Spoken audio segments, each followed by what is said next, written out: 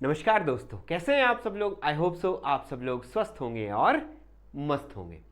कल CIL की last date थी। आज दैट मीन्स उन्होंने अपना सिलेबस रिवील कर दिया है। तो अगर मैं आपको बोलता हूँ एक बार सिलेबस थोड़ा सा देख लेते हैं, आप लोगों को दिख रहा होगा कि CIL की दैट मीन्स ये साइट है। जैसे ही आप इसको साइट पे क्लिक करेंगे तो उन्होंने हर डिसिप्लिन का अलग अलग दैट मीन्स उन्होंने सिलेबस जारी करा है। हम मैकेनिकल इंजीनियरिंग से हैं, तो मैकेनिकल इंजीनियरिंग पे जब हम क्लिक करते हैं तो हमारे पास दैट मीन्स क्या है सर, ऐसा कुछ इंटरफेस हमारे पास निकल के आता है। मैंने पहले से डाउनलोड करके रखा था, थोड़ा समय लग जाए, कभी इंटरनेट ना चले, कोई सारी चीज़ें हो जाती है। ठीक है, तो एक बार अगर आप सिलेबस को एक बार थोड़ा सा देखते हैं तो हम यहाँ पर देखते हैं कि भाई मैट्रिक्स अलजेब्रा दिया हुआ है, कैलकुलस दिया हुआ है, डिफरेंशियल इक्वेशन दिया है, प्रोबेबिलिटी स्टैटिस्टिक्स दिया है, न्यूमेरिकल मेथड्स दिए हुए हैं। तो जैसा आप देखते आए हो जो सिनेरियो है एग्जाम पैटर्न का, वो दैट मीन्स क्या है, 4 से 5 क्वेश्चन वो मैथमेटिक्स के डालता ही, और वो भी इंजीनियरिंग मैथमेटिक्स।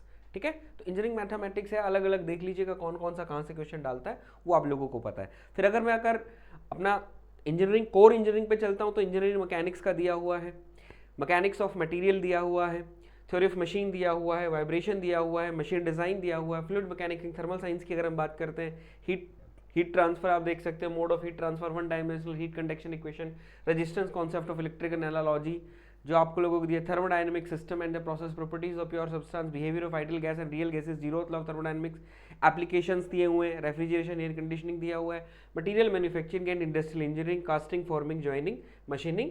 उसके बाद आप लोगों का CIM भी दिया हुआ है, PPC भी दिया हुआ है, inventory control and operation research आप लोगों को दिया हुआ है। ठीक है, और लास्ट में एक बात यहाँ पर एक और यहाँ पर लिखी है कि the above syllabus is indicative in nature and exhaustive.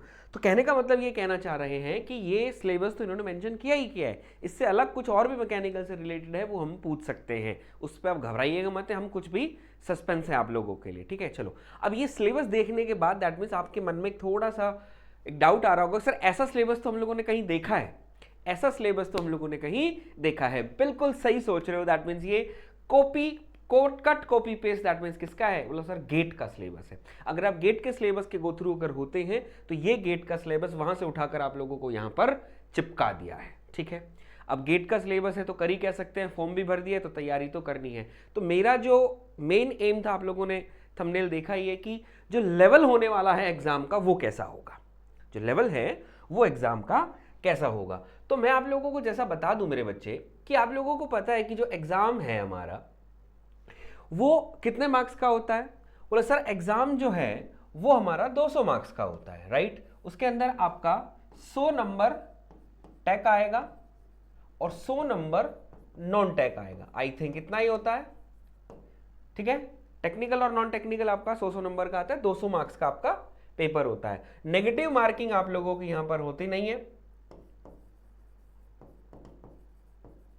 ठीक है, नेगेटिव मार्किंग आप लोगों की होती नहीं है। और जो टाइम पीरियड होता है वो आई थिंक मैं कहना चाहता हूं, जो सिटिंग टाइम पीरियड आपका कितना है, 3 घंटे का है। आई थिंक यही है मेरे हिसाब से। बोले सर हाँ, तो मैं कहना चाहता हूं 3 घंटा 200 क्वेश्चन, जिसके अंदर 100 टेक्निकल का है, सिलेबस दिया हुआ गेट का। तो बोले सर कैसा आएगा, तो ऐसा मत सोचना कि गेट का क्वेश्चन उठा के तुम लोगों को दे देंगे। मैं ये कहना चाहता हूं ऐसा नहीं करेंगे, क्योंकि बेटा वहां पर 3 घंटे होते हैं, सिर्फ 65 क्वेश्चन होते हैं, आप लोगों को पता है, तो वो वाला लेवल नहीं होगा। तो बोला सर एग्जाम का लेवल कैसा होगा। एग्जाम का लेवल अगर आप लोगों को देखना है तो रिसेंट जो पेपर हुए हैं, आपका BEL का आई थिंक पेपर हुआ है, HPCL का आप लोगों का पेपर हुआ है, BHEL का आई थिंक पेपर हुआ है, या दैट मीन्स आप देख सकते हो और भी कोई एग्जाम है, जैसे ये नहीं कि मैकेनिकल का ही, इलेक्ट्रिकल का कोई एग्जाम हुआ हो, सिविल का कोई एग्जाम हुआ हो, जो पब्लिक सेक्टर का है। मैं क्या बोल रहा हूँ, ये चीज आपको ध्यान रखनी है कि जो पब्लिक सेक्टर का हो, चाहे वो सिविल का हो, इलेक्ट्रिकल का हो, मैकेनिकल का हो, किसी भी एग्जाम का भी रिसेंटली 1 to 2 ईयर, 2-3 साल पहले जो 2 साल पहले जो पेपर हो रहे हैं वही पेपर पैटर्न वो फॉलो करेंगे। भाई आपका पेपर हो जाता है, जैसे BEL का पेपर अभी हुआ था, HPCL का पेपर हुआ था, तो उनसे आप क्या कर सकते हैं, दैट में से एक आइडिया ले सकते हैं कि वो कैसे पेपर है। क्योंकि पब्लिक सेक्टर है, उन्होंने सिलेबस तो गेट का दे दिया है, लेकिन ये नहीं है कि गेट का पैटर्न ही देंगे। मैं जितना सोच सकता हूँ इतना टाइम का दैट मीन्स मुझे एक एक्सपीरियंस है, तो मैं इतना बोलना चाहता हूँ। तो लेवल इनका होता है कि हम दिखाते हैं कि हाँ भाई हम एग्जाम, जैसे होता है ना कि एक हर चीज़ को बड़ा करके दिखाना कि भाई हम CIL है, बड़ी पब्लिक सेक्टर है, हम तो ऐसे रिक्रूटमेंट करते ही नहीं है, हम तो गेट के थ्रू लेते हैं, तो ऐसा कुछ है।